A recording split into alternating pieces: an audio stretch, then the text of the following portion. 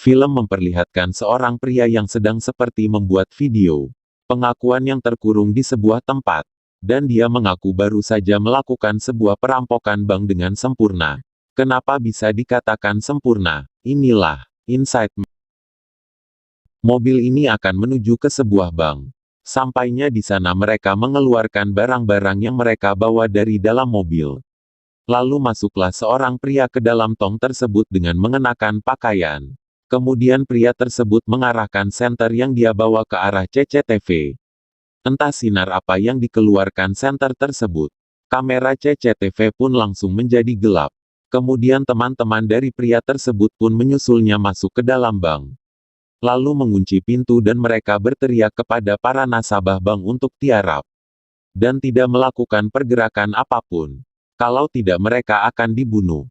Seorang polisi langsung melapor bahwa sedang terjadi perampokan dan penyanderaan ke markas besar. Ini adalah orang yang ditugaskan untuk menangani kasus ini. Sekaligus sebagai negosiator bersama temannya Detektif Bill. Dan meja di tempat berbeda ini adalah Mr. Cash. Beliau menerima info dari asistennya bahwa salah satu cabang bank yang dia jaga saat ini sedang dirampok. Setelah sampai, Detektif Rezi mencari informasi apa yang bisa didapat dari polisi. Dan yang pertama kali melapor kejadian tersebut. Cara pertama yang dilakukan para perampok adalah mengumpulkan para sanderanya, dengan memisahkan barisan antara pegawai bank dengan nasabah bank. Lalu mereka dipinta untuk mengumpulkan barang-barang yang mereka bawa seperti jam, ponsel, dompet, dan kunci. Para perampok meminta sanderanya untuk merubah lagi barisannya, yaitu memisahkan antara laki-laki dan perempuan. Setelah itu, perampok meminta mereka untuk membuka semua sandal dan melepaskan pakaiannya. Lalu kelompok membagikan mereka semua baju khusus untuk dipakai. Detektif koordinasi terlebih dahulu dengan kapten polisi di TKP, yaitu Kapten Darius, dan dia meminta izin untuk makan dulu. Karena lapar, kakek-kakek sedang sakit. Akhirnya para perampok mengeluarkan kakek itu, tetapi tetap menggunakan pakaian khusus yang sudah mereka berikan di awal. Kita bisa lihat sekarang semua perampok memakai pakaian yang sama dengan para sandera, hanya mereka menggunakan kacamata hitam ini. Merupakan salah satu strategi dari kelompok tersebut, agar mereka tidak dikenali, mengajaknya bertemu karena dia ingin minta tolong untuk negosiasi kepada para perampok agar menyerahkan sebuah kotak deposit yang berada di bank itu. Karena bagi Mr. Cash, isi dari kotak itu sangat penting dan rahasia. Para perampok sedang mengambil uang di gudang bank tersebut, dan mereka juga berkomunikasi, namun menggunakan inisial, seperti Steve atau TV mulai bekerja. Ketika menginterogasi beberapa tawaran yang dikeluarkan dari dalam bank oleh para perampok, ada seorang lagi yang dikeluarkan dan membawa sebuah benda yang dikalungkan di lehernya. Ternyata benda itu seperti tutup cover dan berisi pesan dari perampok bahwa mereka menginginkan dua dengan bahan bakar pesawat jet dengan bahan bakar penuh beserta pilotnya, dan sudah siap terparkir di ujung landasan pacu batas waktunya sampai jam 9 malam. Kalau tidak, mereka akan sandera semua nasabah. Di setiap jamnya para perampok mengirim pesan lagi. Mereka ingin dikirimkan makanan untuk para sanderanya. Polisi pun berinisiatif untuk memasang alat penyadap di dalam kotak makanan yang akan mereka kirim nanti, supaya mereka bisa tahu apa yang direncanakan perampok tersebut. Alat yang dipasang polisi mulai mengeluarkan suara, namun para polisi tidak tahu bahasa apa yang digunakan.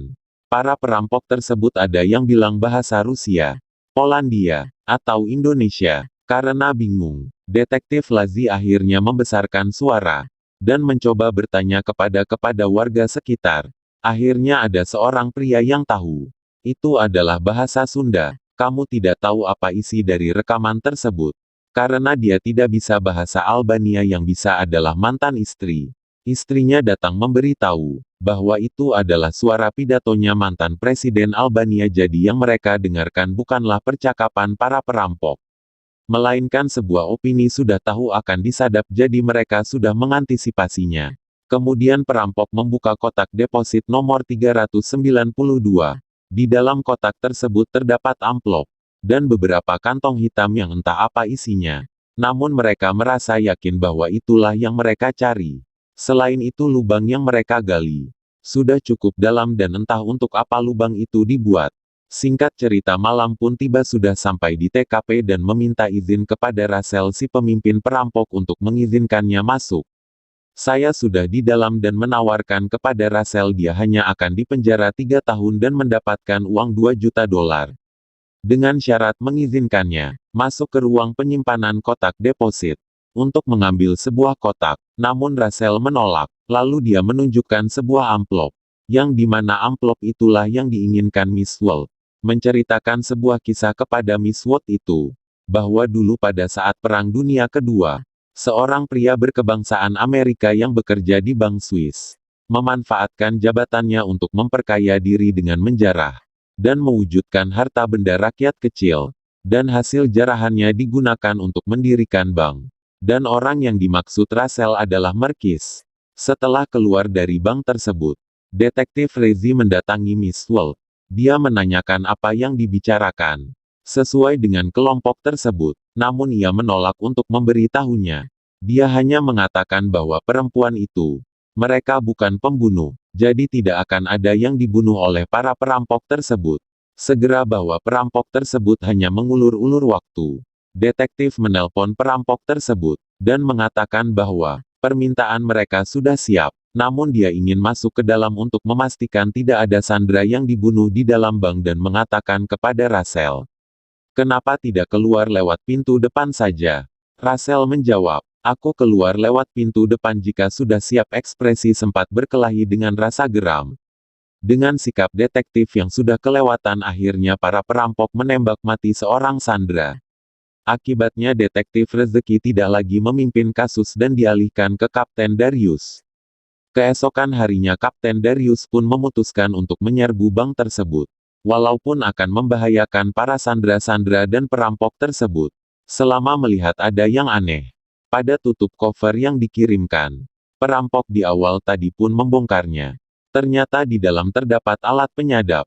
Jadi selama ini percakapan tim polisi dan detektif Rezi diketahui oleh para perampok bank tersebut. Para perampok menyuruh semua sandera untuk keluar. Para perampok pun tak lupa membaur dengan para sandera dan juga ikut keluar dari dalam bank tersebut. Polisi pun masuk ke dalam bank untuk mengamankan TKP. Ternyata semua tempat di dalam bank tersebut aman. Gak ada yang dirusak, tidak ada ranjau, dan tidak ada satupun mayat yang ditemukan. Data eksekusi mati seorang sandera tadi malam hanyalah dibuat-buat mereka menggunakan cairan merah seperti darah. Jadi seakan-akan eksekusi mati itu terlihat nyata. Dan lucunya lagi ditemukan senjata yang digunakan para perampok. Nama senjata tersebut hanyalah senjata mainan, yang dijual di tempat mainan. Setelah itu polisi mendata semua orang yang keluar dari lubang tersebut, dan menginterogasinya. Namun ketika ada yang dicurigai sebagai tersangka, para sandera yang lain bersaksi bahwa orang yang dicurigai sebagai tersangka adalah orang baik. Berada di sampingnya, ketika disandera dan lain sebagainya. Singkat cerita karena tidak ada yang dirampok tidak ada tersangka. Namun detektif Rezi tidak putus asa. Dia kembali memeriksa data dari bank tersebut. Sampai dia menyadari bahwa dari data penyimpanan kotak deposit dia tidak menerima tentang kotak deposit nomor 392. Tempat berbeda Sweet bertemu dengan Mr. Cash. Dia pun sekarang sudah tahu bahwa isi dalam kotak 392 itu tidak hanya berisi amplop melainkan ada banyak berlian berharga berlian dan emas. Sementara amplop itu berisi dokumen atau bukti-bukti kejahatan MR di zaman dulu. Jadi jika berani melaporkan kasus ini, bukti kejahatan di zaman dulu akan dibongkar detektif Rezi. Akhirnya ia mendatangi bank namun seorang pria seperti dengan sengaja menabrakkan dirinya ke detektif Rezi. Tujuan detektif datang ke bank ini hanya ingin kotak nomor 392. Isi kotak tersebut terdapat permen karet. Dan tak disangka ada sebuah cincin permata, batu berlian, di dalamnya dan logo London New York. Sudah mengetahui sejarah cincin itu, bahwa cincin itu adalah milik istri seorang keluarga paling kaya di Prancis. Dan yang jadi pertanyaan detektif, Razi adalah kenapa bisa itu berada di kotak 392 pemilik Mr. Kiss. Tanda tanya. Dan terdapat sebuah kertas bertuliskan follow the ring yang artinya ikuti cincinnya, menyimpulkan kalau dia ingin memecahkan kasus ini dia harus mengikuti kemana itu pergi, yaitu ke Merecece. Singkat cerita, detektif Rezi pulang ke rumah untuk istirahat. Saat dia memeriksa kantongnya, tak disangka terdapat sebuah batu berlian di dalam. Dia pun teringat dengan pria yang menabraknya di bank tadi pagi. Hal yang tak terduga adalah pria yang menabrak detektif adalah Russell. Ternyata selama ini Russell bersembunyi di balik rak gudang bank tersebut. Dengan membawa kebutuhan hidup seperti makan, minum dan tempat tidur di lubang yang mereka buat di awal tadi. Mungkin saja tempat buang air besar. Selama sembunyi di balik itu dia juga membuktikan kata-katanya kepada detektif Rezi. Bahwa dia akan keluar lewat pintu depan. Jika dia sudah siap pun dengan beberapa kantong berisi berlian. Tamatlah sudah sebuah strategi perampokan bank yang sempurna. Jangan lupa like, komen dan subscribe ya. I love you. Sampai jumpa lagi.